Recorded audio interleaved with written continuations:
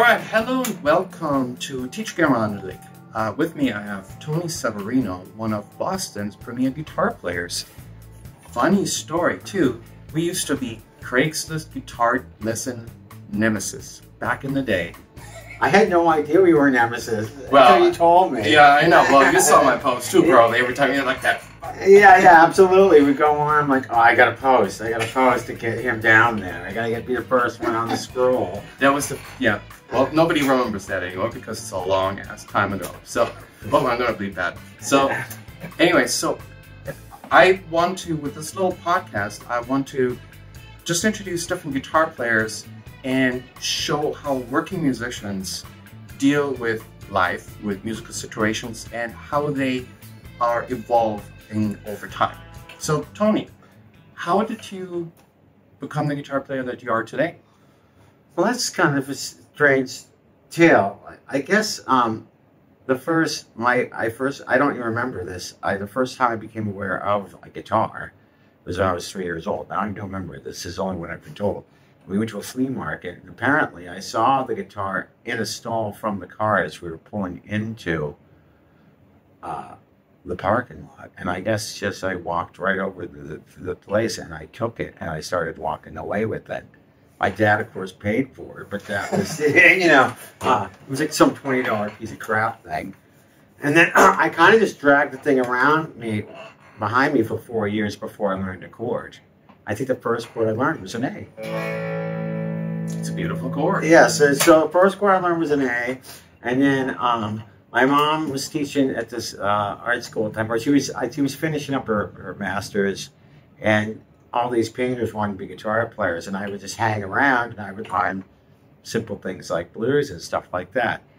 I think we went to some party, and there was a band at the party, and there was this guitar there, a big amp. I don't remember what it was, the Les Paul copy, and he let me play my A chord, and just the sound of it was like so loud, it like hit me, and I'm like, oh, this is it. Like everything came into focus, and I knew what I was destined to do. I didn't know if I'd be getting good at it, but that was sort of like the telltale sign. And so, through high school, I went to sort of the freshman year. Also, junior high, I was really into punk rock guitar players. Like some of my favorite ones are East Bay Ray, the girl from the Cramps, Poison Ivy. I really liked. I liked the guy from X, Billy Zoom, a lot. I still like them all. Keith Levine from PIL, Public Image Limited. I really loved a lot. I still love. That's how I also got into Adrian Belew through Talking Heads, and I really loved his guitar playing as well. And then it kind of migrated through the typical evolution. Then, as you enter puberty, you discover Sabbath and Zeppelin. So I kind of went through the Sabbath and Zeppelin phase. But there was also a slight mini Johnny Marr phase in there, too, as I really loved his playing. But it seems like the big stacks and the guitar players got more and more technically advanced as I got into it. So Jimmy Page, and then I discovered Eddie Van Halen. And then I discovered Randy Rhoads. Then I discovered Yngwie, and then all bets were off. Then I was locked in my room practicing like the rest of us, right, trying to get ahead of that curve. And around this time, I had a Marshall stack, and I needed a place to play it. So my friend Stan played in this band that gigged, and they actually shared a room with Extreme. So I was allowed to store my amp in there and play on it if I guitar tech for Stan. And so I've got to meet all those guys. And one of those guys also, there was probably Stan is a great guitar player. He introduced me to Michael Shankar and Uli Roth, and he says, you skipped over Uli and Michael, so he made me revisit them. And then as we go along, Nuno would jam with us. We jam Sabbath tunes. He would play drums typically. Gary Hove was there, who was really influential. So he took a couple lessons with him. This guy, Rob Knockowitz, who was in a Van Halen cover band. So I was surrounded by all the guys who could show me stuff. And I was also taking classical guitar because I figured if Yngwie and Randy were doing the classical thing that I did too. And I knew I wanted to play guitar. I don't know why, I just knew I wanted to. I got, you know, I went to Berkeley, I got into Berkeley, and I sort of shifted gears and discovered Frank Zappa, and Alan Holdsworth, Steve Vai, and sort of these guys teetering on the jazz thing, but I was very much sort of a rocker, dirtbag, metalhead when I was in school. And the cliques were very, very, very sort of delineated, you know. They, you know, there were camps. Now, it's one big happy family with that. I think it is no different. Yeah. Even when I went, it was camps. Yeah, it was camps, you know, and you know, teachers there were really cool. I had Bob Stanton, I had John Fenn, I had Jim Kelly, who I studied with for a long time, and some of the old Bob guys, like Al DeFino.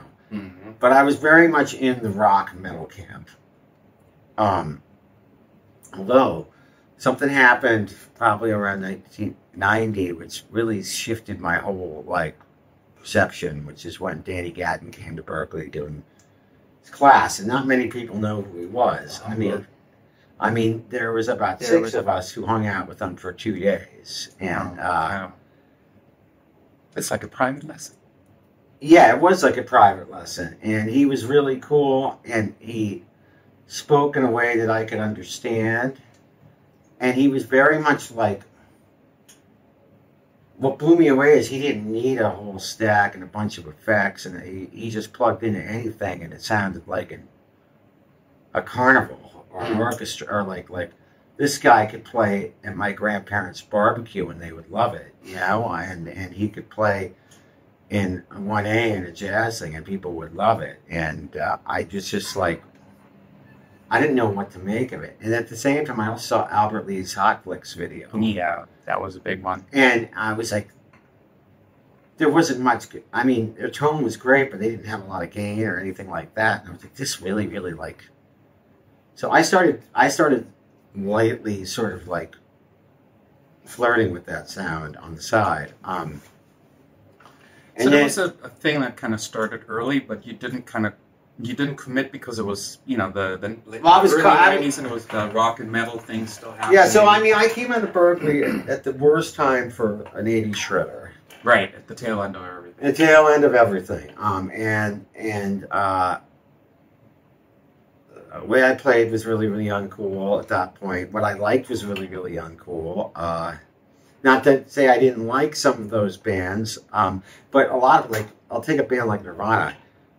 I was over Nirvana when they came out because I had already seen, I had grown up across this big, I grew up in South Boston across the street from this very notorious club called The Channel. And I had seen Husker Du, and I had seen the Pixies way before Nirvana came out.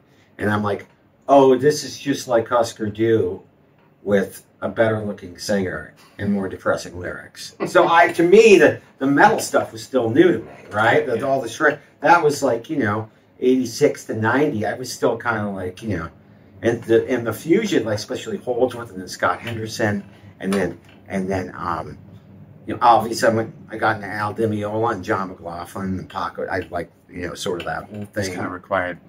Yeah. And so I was like, this is just regurgitated all the early 80s hardcore. I was over it. People, you know, how can you not like? I thought Soundgarden was interesting because they kind of had this punk ethos with a guy that sounded like Ian Gillan or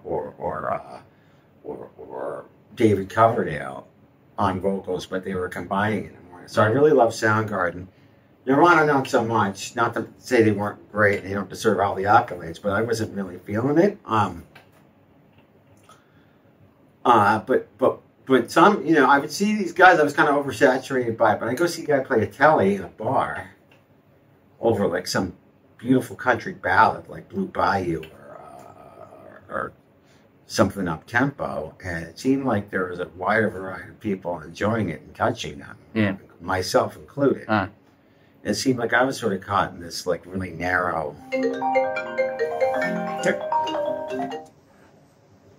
We're back. We had a little interruption. So, Tony, tell us your actual awareness of other styles that were cool at the time and how much you liked them Well, it was more like professional necessity than an aesthetical choice.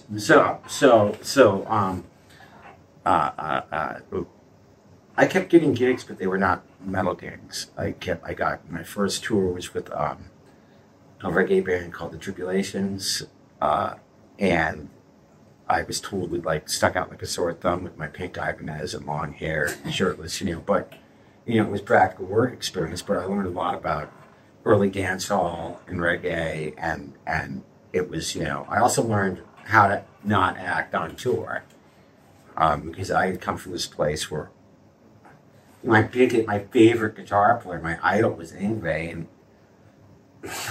no offense, Yngwie, but and he was a dickhead, to everybody. I was like, that's how I thought guitar players were supposed to act. That's interesting. But Tony left off with coming clean about his true love of styles in guitar playing. So what actually happened where you didn't really follow with what's in the now, what's the trend? Well, in some ways I was scattered, I was like, I wanted to be another Shrek. My dream was to have an album on Shrek, my album, I think everybody's, including mine. Yeah, it was, and I was lucky enough to get written up in Varney's column when he moved up to guitar. I was lucky enough for that. And that was like a real confidence booster. It was also like a confidence killer in a way, because I was like, I'm not as good as any of these guys. A little bit of self-doubt is... Yeah, totally self-doubt, and... But, the cool thing back then is, back in the 1900s, when you got into Mike Varney's column, you got to meet guitar players from all over the world, because they would send you their tapes. Oh, interesting. So it's kind of like today when you hit somebody up on Facebook or Instagram because you see somebody getting a little bit of the big pie. Yeah, big pie.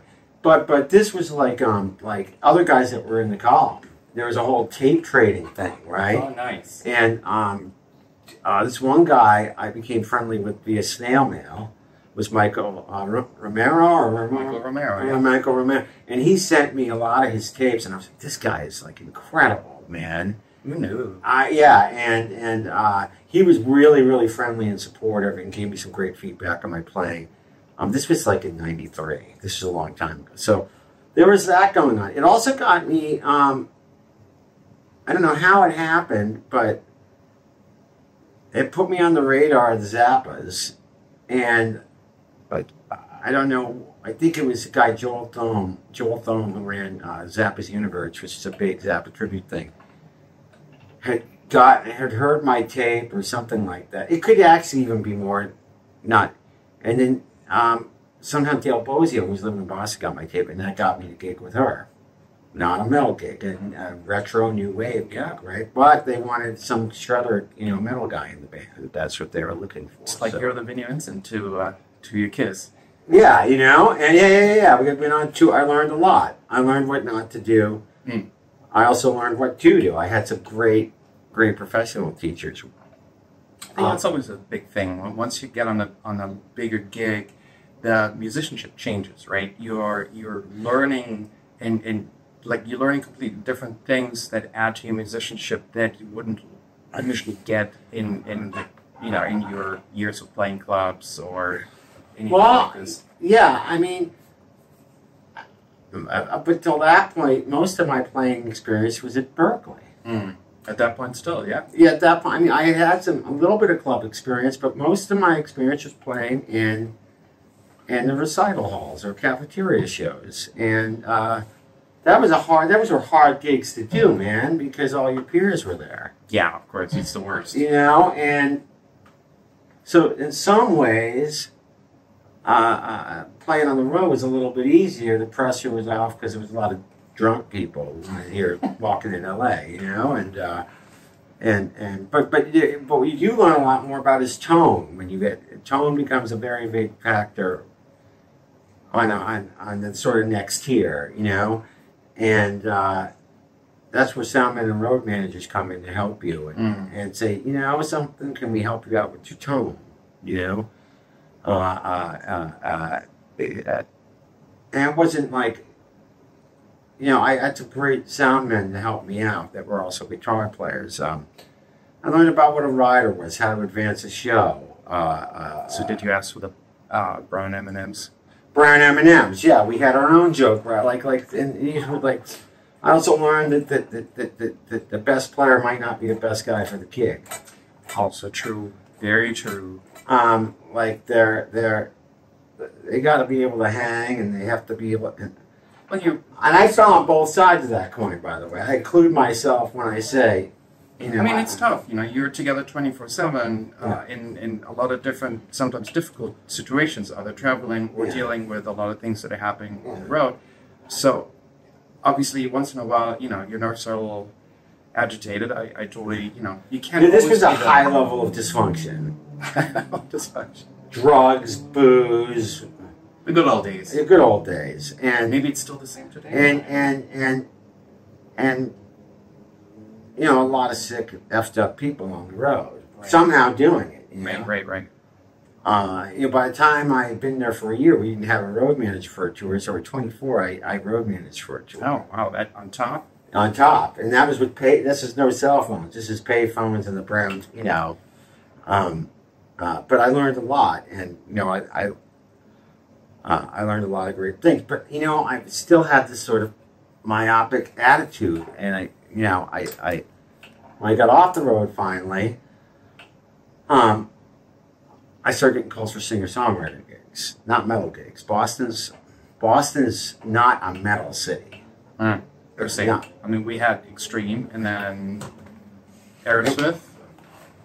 I'm lumping them all together.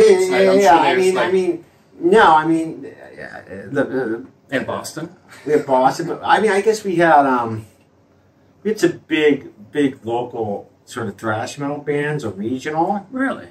Yeah, like we had Malaya Rage, and we had Orgasm. The guy who played guitar for Orgasm actually is in the Panama video.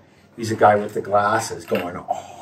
That's funny. And he also plays for Josh Groban now. Oh, really? Yeah. Yeah. So it's not to say that... Wait, you mean Tarek? Tarek Akoni? Because, No, the other guitar, the guy who plays acoustic. Okay. He has a shaved head. He was that's Tarek. That's Tarek. Tarek Akoni. Yeah. And he was He's a good guy. He was a sick metal guitar player. No kidding. Yeah, he was like Dimebag before Dimebag. I'll have to. He was Dimebag before Dimebag. That's interesting. That was a great band, but it wasn't like Los Angeles. Right. I mean, really, if you want, it's Los Angeles or San Francisco. Those were the lands. I feel like, I think Metallica was founded in LA, but there are... Yeah, they all kind of migrated up to Exodus and Testament. Right, it's old NorCal, old San Francisco. And hair metal was like, you might get one random band from the Midwest, but most of it was in LA, It's true. Actually, I just looked up the other day, because it kept coming up on my stream, Firehouse. Remember Firehouse? Firehouse, yes. They're from, I think, North Carolina. North Carolina. This, but, they never moved to LA. Or Andy Timmons' band there, from Danger. But really, it was a regional thing. There was a sound coming out of Los Angeles and San Francisco. Right. And in Europe, for that case, too, for metal. But Boston was... Literally Europe. Yes, literally Europe. Boston was a college rock town. It was REM. It was like Juliana Hatfield. It was the Melvins. It was not the Melvins. It had punk rock based roots. Right. It did not have metal roots because it just didn't. If there was a metal scene, but I think also at the time it was like the decade of singer-songwriters. Right? Yes, so there was a lot of a lot of singers. Jewel, Lisa Lowe, Alanis Morissette, all these people out of the early into the late 90s. That was the thing at Berkeley, because Berkeley is such a big part of Boston. You had this massive amount of Paula Cole, Tanya Donnelly, and indie rock. So it was more like.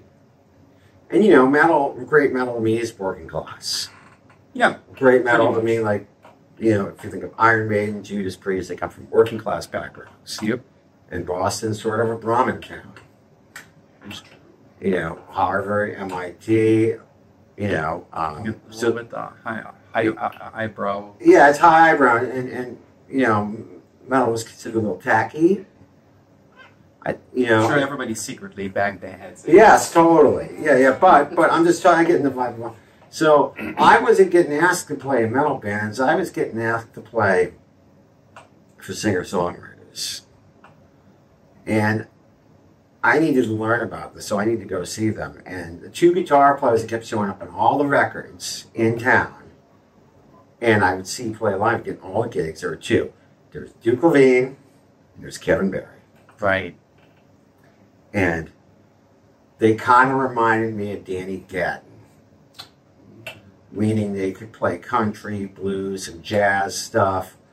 They could take you to church, and it seems like, and I really blew me away. And there was a big stack, maybe a Fender Vibrolux or a Fender Deluxe or something like that, and a Telly or maybe a Les Paul. Right. Very. But it was really, really musical, and I loved it, and it was easy for me for the shortest change. But I kept my look, which hurt me. Right. I think when I moved to LA, that was the thing that was always told me too. Like you have to change your look because you need to look part of the band. Yeah. Almost playing seems to be sometimes secondary to the image. The image. I don't know how much that is now. I think it's still the same. Yeah, it might play a factor. I think almost so. If you look unique in a certain way, like with artists like Lizzo, or with, you know, like being yourself is like, if you don't, not. So what I would say is, I said, okay, I got to just be a guitar player. I just got to be open, and I don't want to be labeled. Law. Right. And that's kind of and that got me more gigs too. Right, and that's kind of how I got to learn about you, because you were literally playing, when I lived in Boston, you were like literally playing all over town with all sorts of artists and relatively diverse style. I mean, it was singer-songwriter and or kind of country bluegrass. And then a lot of indie rock, some punk rock again. I was getting all kinds of indie rock sessions, you know, where another band that had a huge effect on me, believe it or not, in the 90s was Radiohead. Up until, I only liked their first two albums. I don't mind OK Computer, but stuff after it, I lost interest. Not that it wasn't good, I just lost interest in it. But I was like, oh, this is the kind of rock and roll that I would have heard in the 70s, like from Pink Floyd or from Queen. This was like finally a Gen Xer's version of one of these bands, you know. And again, what were they? I got to see him at Bill's Bar right before Pablo Honey came out, or maybe had come out. There was an orange shortage, and they played at Bill's Bar, and Johnny Greenwood, what he lacked for in talent, he made up for in total vibe. Yeah.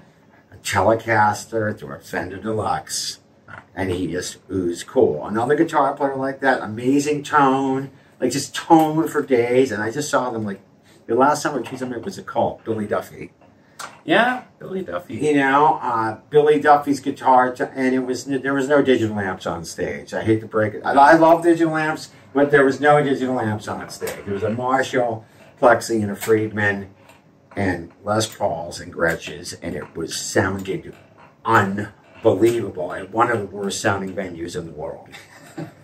So see, certain things can't even out sometimes. Yeah. So that had a big effect. Like, not everything's got to be persistent. Some of it's attitude. You know, attitude's a good thing. I've noticed that too. Lately, I've been shifting my focus when it comes to performing, not to worry about, you know, the technical stuff, but presenting the attitude.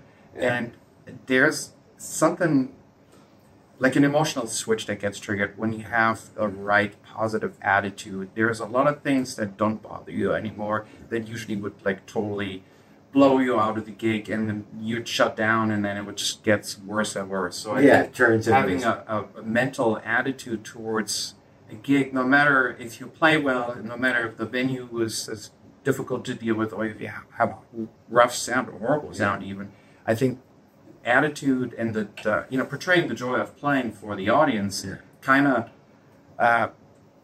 it's evens it out again. Yeah, so the attitude thing, I was like, I gotta just have an attitude, you know. I guess my attitude was I was my late 20s, early 30s, and I was I'm not gonna say no to a gig. I'm gonna say yes to every single gig, whether it be a cover gig, whether it be a wedding gig, whether it be a country gig, whether it be a blues gig, whether it be any kind of gig, a metal gig, a funk gig, whatever. I was not going to say no. And I got a lot of work, but I still had I still kind of had my head up my ass in a lot of ways. Still this myopic thing, like very intolerant, very self-righteous, it's a struggle. I don't know what it. Is it because I'm half Sicilian? Is it because I'm a Scorpio? Is it I am a Bostonian on top of it? It's like an apex of douchebaggery meets in my genetic code. It all comes together. Nice. But I make an effort. I make an effort, and it's hard. It's hard. I'm extremely sarcastic. But lovable. Lovable, and I try to do the best job that I can for all the artists I play for. Something you do. I mean, I've seen you play, and you definitely do. And I like teaching. It turns out I was a good guitar teacher. I didn't think I would have the patience for it. I love teaching. So I mean, really, at the end of the day, that's my bread and butter now. Right. I get a lot of enjoyment out of it. And in my 40s, I started learning how to say no to gigs. Also, a lesson to be learned. Started saying this because I don't want to learn everybody else's songs all the time. I want to learn or work on or write what I want to write. Or maybe you don't want to deal with certain people. Or maybe I don't want to deal with certain people. Or maybe the money isn't right. Maybe the money isn't right. Because don't forget, in the end, the $150 or whatever fee you get on the gig isn't just the gig. You also have to prepare, right? And if you are lucky enough to get paid for rehearsal, then you have that. But if you don't, you're putting in a day, 2 days, worth of work into learning a 10, 20 song set. Yeah, and there's different, people travel in different lanes.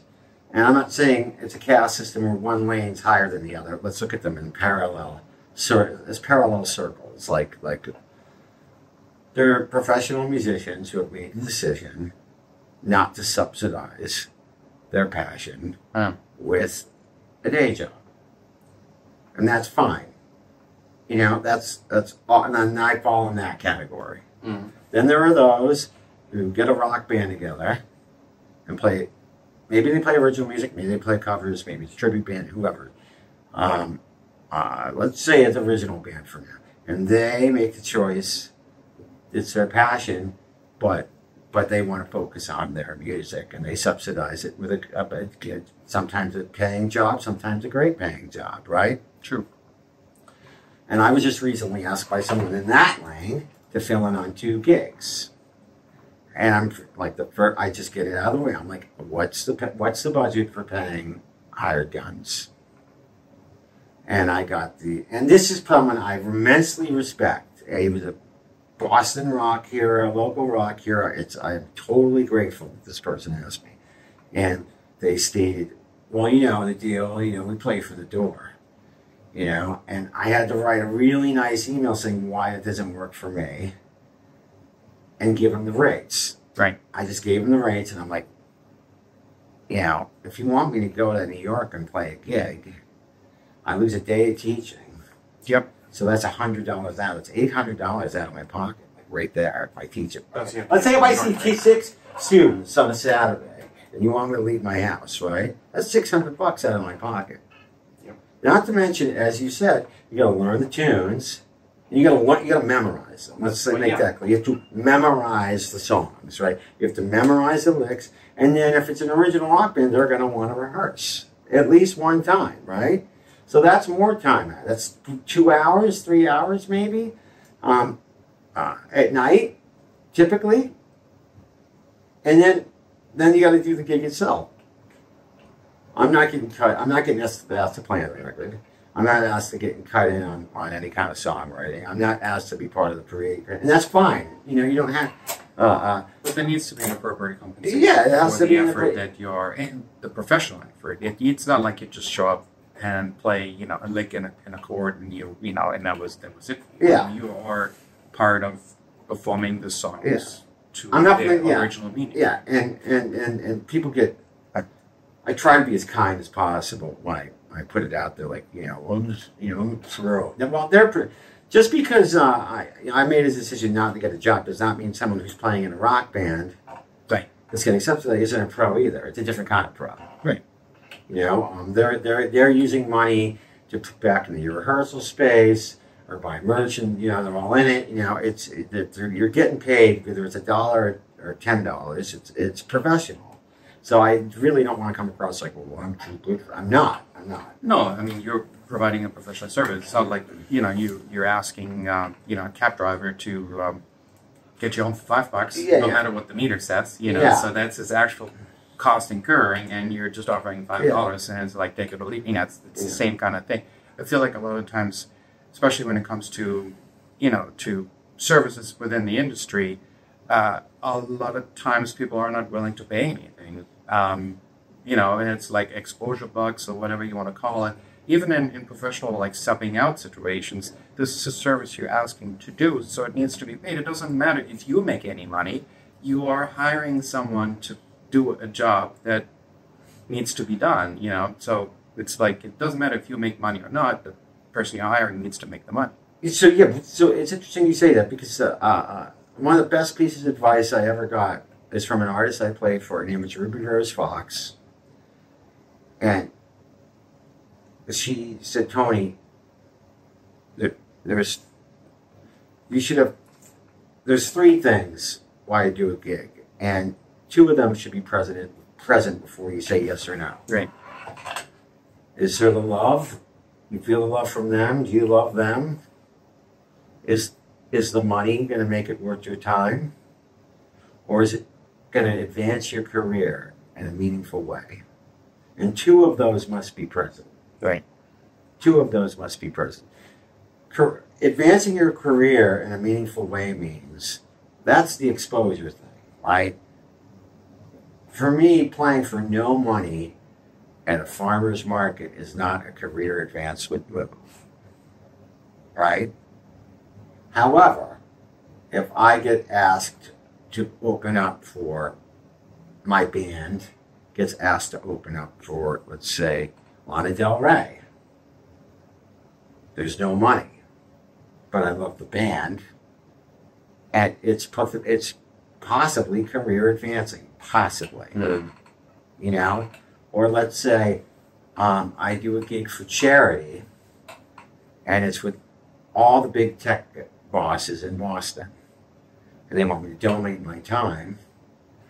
I'm going to do it because I've done gigs for tech things that there's a lot of money involved. So I will say, take no money for sometimes and do a gig because they're reciprocal. Because the days of Murphy's Law for me are over. Right. You know, and you lose respect if you constantly martyr your talent and your work. That is true. You know. Goes back to say, you know, to the whole thing, you need to know when to say no. Say no. And it's not because I don't, you know, it's also the time to begin with. You know, I mean, that's a lot of time on it. And frankly, I don't want an original band paying me $500 to go down to New York. I don't think it's... I feel like I'm fleecing them. Even though I'm not, I just don't want an original band to have to pay that. So you have a little bit of a moral quarrel. Yeah, and that's important too. The thing I struggle with is learning, being nice about how saying no and not getting offended, because some people just don't know. You shouldn't assume that people are trying to get over on you. I think that's from being a city kid. I always been said, this person's trying to screw me over. No, that's just not the case. They don't know what they don't know. It goes back to the 4 Noble Truths, that book that Tom Brady reads every year. Don't assume anything. Right. Don't assume everything. Speak with your best words. So that's kind of what I'm working on as a musician. Right. Oh, interesting. You know, I mean, it's kind of corny, you know, but it's like, don't assume anything. Always give it your best shot. Speak with an impeccable word. Never take anything personally. Right. Although that phrase sometimes gets me a little bit, you know, it's like the professional assassin telling its target, "It's nothing personal, man." But you know, it's true. It's really not. Well, yeah, it could do with policy, but it may affect you personally. But certain things, like trends, you may not, you know, some people may get hired because of certain trends these days, right? Sure. And that has nothing to do with personal. That has to do with trimming policy. Yeah. And it's hard when you're on.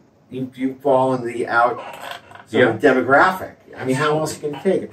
But it's not personal. No. Yeah, I guess that's our ego, you know, playing tricks. You know, the super ego should know that it's, but you know, your internal, like, you know, devils are gonna go to town with these type of and you know, you gotta tell that roommate in your head that's always talking crap to shut up, because he serves no use whatsoever. And I have one, and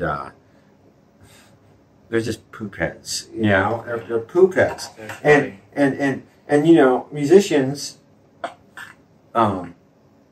specifically guitar players, when you say, like, if someone said to me, "Oh, you got to hear this guy plays unbelievable, the best guitar player," all I heard that person saying was, "I suck." Right. I suck. Right. You're saying that I suck. Right. Yeah, I get it. Have you been in that position? Plenty of times, and it doesn't make you feel good, because, you know, it's really, it's an odd thing. I mean, that kind of throws me back to being a teenager, and, you know, my mom telling me, this guitar player is, you know. Yeah, so now, I like to clarify, especially my colleagues and my peers, oh, you make me think of this guy because you're a great guitar player. This guy's a great guitar player. And I know great guitar players love great guitar players. That's right. And to be kind, like, because one thing I learned from Duke and Kevin, not only were they amazing players, they made you feel good after you talked to them. Yeah, that's an important part. They made you feel really good. And when they go on stage, they make you feel really good because they really care about your music, right? And that's another thing I learned, you know. And I host a blues jam every Sunday, which is an amazing opportunity for spiritual growth. And that's the blues jam at the Porch on in Sundays Bedford in Massachusetts, 1 to 4 p.m. And sometimes I get really ornery, you know, like who turned the treble up to 100 on this guitar amp? Shame on you. I try to do it with a sense of humor now, you know, but I call it the People's Jam. Yep. And I'm a work in progress. Here, I'm a work in progress. Speaking of progress, what are your 10 musical things or gear things that you need to have on any gig? Like, is there a particular technique, a lick, or a particular pedal or amp, or, you know, anything, you know, either musically or, you know, going all the way to gear? And I know gear is kind of like a weird thing, but I think it's important for all of us to kind of look beyond what's the trend online and see that you only need a few devices, either musically or you know, gear-wise, to get your music across and get your playing across. So what would be that? So let's go with attitude-wise first. Mm-hmm. The huge ears, big ears. The older we get. Let's see, yeah. So, you know, huge ears, a good night's sleep. Some people play before, if they don't play as well if they eat before a gig. So that's true. People play. It doesn't matter to me. I can eat before and after a gig. You probably do before and after. Yeah, yes, and after, and I'm fine with it. But some people don't. Another thing is what people love any more than anything else is someone with good time. Can you play whole notes and quarter notes and eighth notes well? Time is so... And playing time... And it's hard because we learn all these licks and sometimes out of context, right? And then we're just kind of throw the notes over the beat, and then we're like, okay, now what? And then I'm guilty of that. And then not everybody's got, doesn't mean every musician has perfect time. I don't have perfect, I'm a rock guitar, I'm a metal guy, I rush. Right. I rush, you know, because that's what I grew up listening to, you know. Not Rush the band, but I love Rush the band. But no, it's part of the style. But part of the style, and so I really work on time a lot. And one of the best ways you can improve your time is by recording yourself. Yeah. And how do you record yourself? Have yourself a little studio, because you start getting into time way more. It's not even really practicing with the metronome; it's recording yourself. I think the hardest part is always to play with an actual drum track. Yes. Because with drums, you have your hi-hat giving your pulses, and then you got your, you know, your 1 and 3, 2 and 4, but you have all these different things happening at the same time that can be quite disorienting. A click is a very simple time device, but it helps a lot of times to just play well. But when you add an onslaught of rhythmic elements that are all superposed, it becomes a completely different thing, even though you're just playing 4/4. Just playing 4, that's right. So, think about that. And also, it's not only your job to sound good, it's your job to make everyone else sound good. Right. So, if play with the band, don't play with yourself. Okay, Mom. Stop using your body as a music part. Gear-wise, well, for me, 99.9% of the gigs I do, I get away with a Fender Deluxe Reverb, a basic pedal board that has a tuner on it, it has an EP booster, has some kind of delay, and some kind of drive. And with the EP booster, I can get the gain I want pretty much for everything, as long as I have an overdrive. Right. And then from the amp, I get reverb and tremolo. That's true. Okay, so I'm good, and I have pedal for that. And the delay you put up front, or you? So typically, if I'm playing, if I have a Vox, I'll do like a fake. I'll do a fake effect loop, or I'll go from one input into the pedal.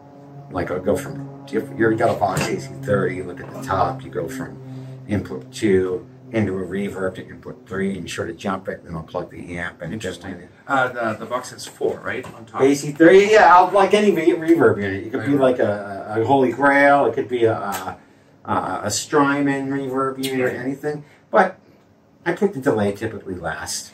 Yep. I put it last. I put all my gain-based effects first. If I have a fuzz pedal, that's first. Sometimes I'll bring one ancillary pedal, because there might be one thing in one song, but 9 times out of 10, I can get away with that. And depending on the gig, I'm going to bring some kind of Fender guitar and some kind of Gibson. Interesting. Either Fender Strat, or Fender Tele, or Fender Jazzmaster, or like...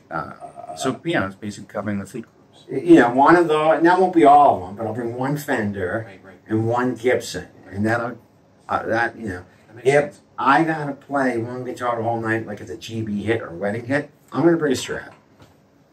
Yeah, I think the Strat is probably the most versatile thing you can have, yeah. Right? And you could even retrofit it with like a humbucker in the back.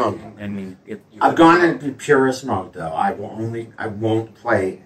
The only guitar I'll play, the only Strat guitar I will play, and this is not because for any practical reason other than me being rigid, is I will not play a Super Strat unless it's the Van Halen guitar or like a Gem. I won't for myself. Right. I mean, the Van Halen guitar is based on a classic Charvel like look. Right? Yeah, You can't even with you know the graphics, but you can't really go wrong. No. And then. But if I'm going to play a Strat, I want a Strat. I mean, with the Jam, that's like making quite a statement because you know most gigs that you do, you would stick out like a sore thumb with a Jam. Yeah. I mean, mostly you have like all very traditional, you know, vintage-looking instruments there. It doesn't matter which brand, but you know, it would be very traditional, right? And that also goes to what kind of gigs you're going to get. If I show up with, but yeah, you're not going to get a country gig with a Jam. No, you're not, and you're going to get judged. Yes, in my career, showing up with a guitar, you get judged right away. It doesn't even matter if you play a note or not, and that kind of it's bullshit. It is. But it's hard to play country licks with a floating tremolo. It is hard. That is true. Unless you like lock it or whatnot. Yeah, lock it. You know, but just also, I'm at the point where I'm like, I'm playing a Strat, I want to hear a Strat. No, absolutely. I mean, that's just me. No, actually, there's nothing wrong with playing super Strats. No, I mean, I feel the same way. Like, I have different, like, Strats, Tallies, I have, Les Paul style guitars, and there's a purpose to each instrument. Like, yes. And I do have a couple of 7-strings that are, part of the, when I play metal and stuff, I do that, but I feel now, I think it has something to do with age. I'm kind of settling into a very traditional Strat style guitar, and I enjoy it, and I don't really get freaked out to have 21, like my favorite guitar only has 21 frets. 10, 15 years ago, I would have freaked out about it. Yeah, it's amazing. I wouldn't know what to do with it, and now I'm like, I don't even know what to do with 22 frets anymore. I'm like, I have everything covered, and the strings feel, there's a certain feel to an instrument with 21 and 22. Yeah, there's definitely. It's very different than the 24. So I'll bring an SG if I need that many frets. Oh, wow. Okay. I'll bring an SG if I need, and sometimes you do. Like, I'll bring an SG, like if I'm like, oh, there's like a high E or a high, F or a high F sharp, and I need a bend. I just fake it. I'll just fake it. Yeah. I'll bend the whole, all the way up. Yeah. But actually, would tap it because believe it or not, it would be easier to grab a previous note here and then just tap. Bend a minor third. Yeah, a lot right. more reliable than doing it with your hand low. Yeah. Depending on how low your guitar sits, it can be quite impossible to make that turn. Yeah, totally. And I'm like an idiot. I still have 11s on my Gibsons, which I'm going to be going down to probably 10s. So. Yeah, that's crazy. I have 10s on my Les Paul style guitars, and that is already hard. Yeah, it's hard. It's and I don't care. It's just around getting ready and making adjustments. The other thing I want to say about gear is there's sometimes though where I have my gig once a year where I need to be able to go from playing like Trevor Rabin sounds, like Only Our Lonely Heart, that kind of extreme with the one tune, from completely distorted guitar to really clean Andy Summers / Alex Lifeson shiny chords to a straight up honky tonk, or maybe a jazz too. Right. The Kemper. Yeah. That's for that kind of gig. I'll bring like a Telly or a Strat and a Les Paul, and I'll use the Kemper. And I love it. I told you about Kemper years ago. It's your fault. Yeah, I know. I got a Kemper in 2013, and it probably was the wisest decision in terms of recording setup, and also for all the gigs that I do.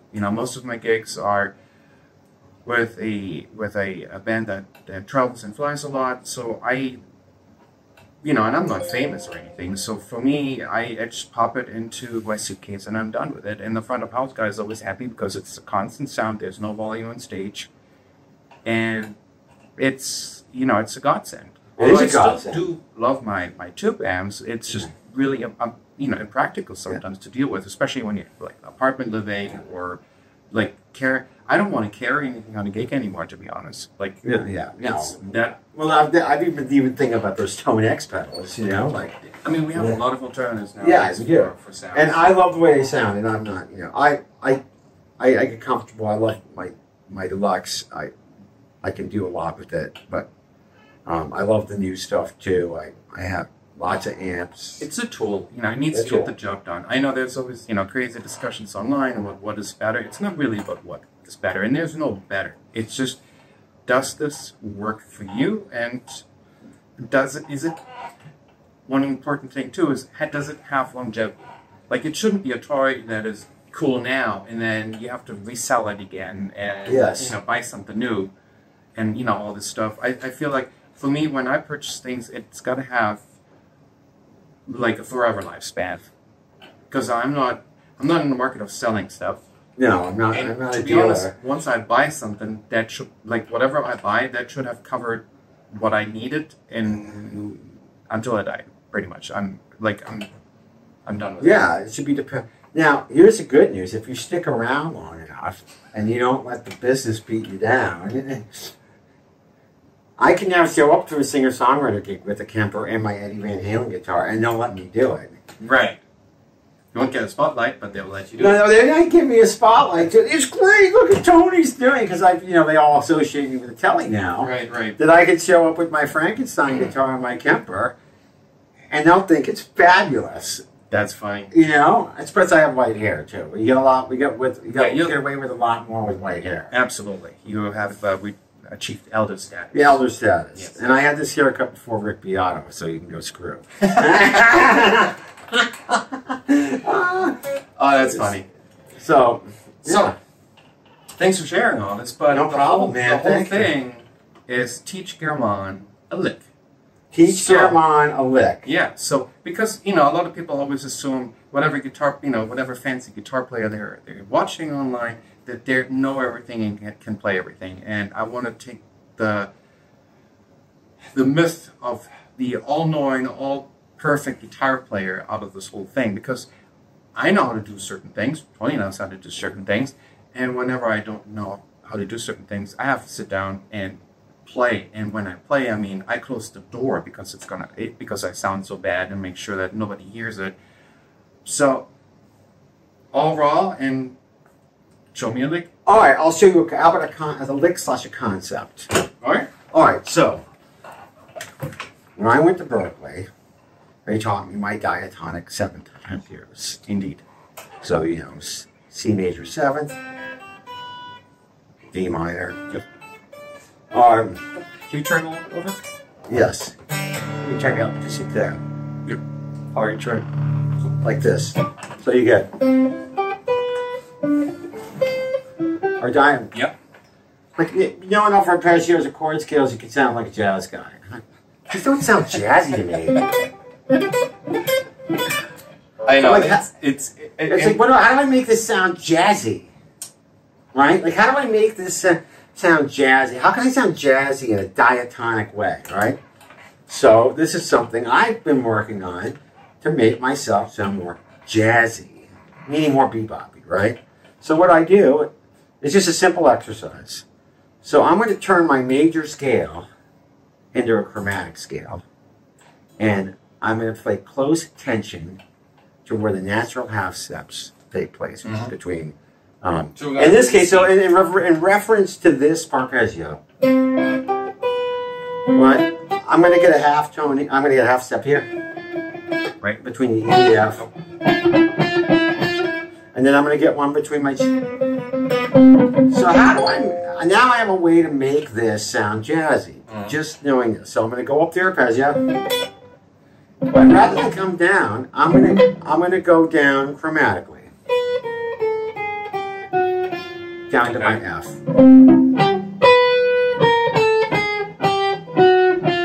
Now, rather than hitting the E, I'm going to hit any other note that I want to, but the E. So let's just say I'll hit the 9, the D. So now I'm going to do this.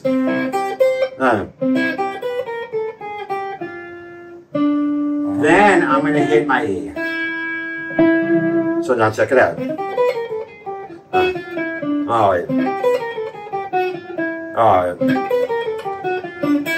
Right? Then I'm going to go chromatically down again.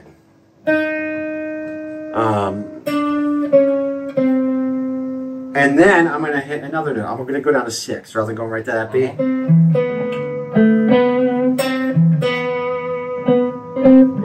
No, you said 6? Yeah. Oh, this. So now we got.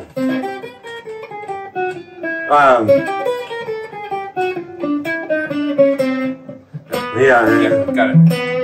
So and then I do that with every arpeggio.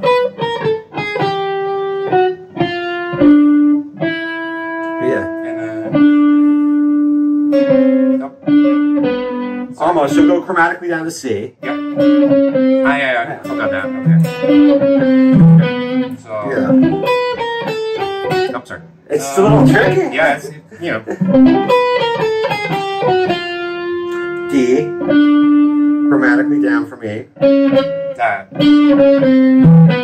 Yeah, that's it. Yeah, that's the idea.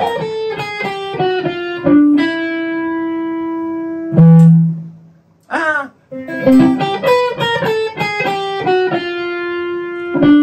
Now E flat. Yeah, E. Sorry. That's okay. So.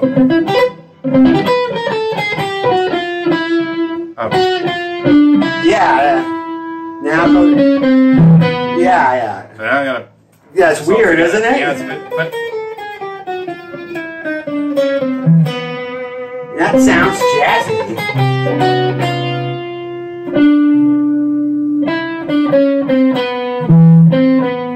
no, not quite. But I But got. that's it. And then you can do it with the next one.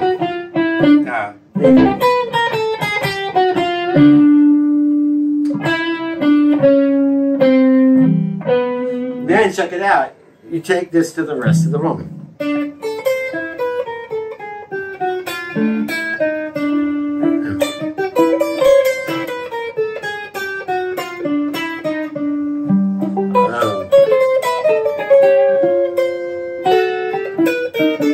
You do it with each one of them, and then all of a sudden, you're making your... It makes sense. So it was, you know, the idea of, you know, yes, I went to a jazz school and all this stuff, but it never stuck. Like playing out as a very traditional, like metal and rock guitar player, you know, like every time I try to play out, it's like wrong. It's not out, you know. So it's hard. Like the concept of like playing the notes to embellish the good notes, for some reason, doesn't really compute for me. The reason it works so well is your chord tones are going to follow on the strong beat. Mm-hmm. So if I do it with just a scale,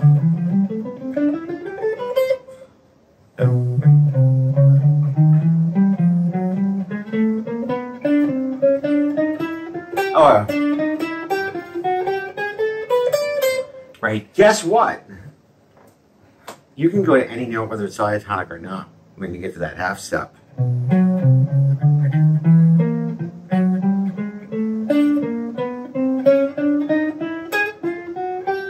It doesn't have to be diatonic. Right. And it kind of goes along with like what we learned in college, what was it, chromatic approach patterns for arpeggios, right? It's the same. Yes. But, you know, I mean, as a rock, I learned it, but I couldn't make music out of it. Right, because it was very technical, and, you know, you think about your approach patterns, but the next step was always missing. And this is a little bit more easier and harder, but you can practice it and it gets in your hand. It's sort of the country thing I learned. So here's an interesting way to make your minor pentatonic sound good. Mm-hmm. Whenever you hit a minor third, we're playing an A chord. Right, and I've gotten into the habit too, since I got more into like a rock and roll and those country kind of things. So I mix up the major and minor pentatonic. Yeah. There's actually a name. You know what there's a name for this scale. When you combine major and minor pentatonic, it's called Lydian blues. Lydian blues. Okay. I don't think of it that way. I just think of it like... Yeah, I never thought of it. I mean, for me, it was literally minor, major combined, and then you choose, you know, whatever notes you want to pop out. You know, it's like a flying... It's the same thing when you add your blues note or your sixth. But you can take this, like if you're sitting at home and you want to make your pentatonic sound more country, start with your open position. Yes.